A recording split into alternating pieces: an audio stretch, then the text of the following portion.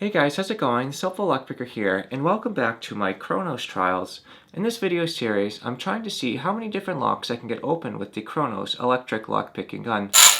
Today I selected a pretty cool lock, and what it's going to be is a very iconic lock. It's the Master Lock model number 3. If you live in the United States, you have definitely seen this lock implemented before, and if you're even just very new to lock sport, you've certainly seen this lock picked open. This lock is traditionally known to be a very easy beginner lock, and I feel it's appropriate to see how it will do against the KRONOS electric lock-picking gun.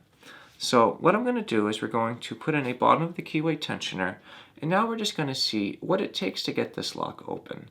So I'm going to do some very light bottom of the keyway tension, and then I'm going to try to align my gun so it is not going to hit the warding. Then we're going to try to get it open. So 1, 2, 3, and the lock is now opened up.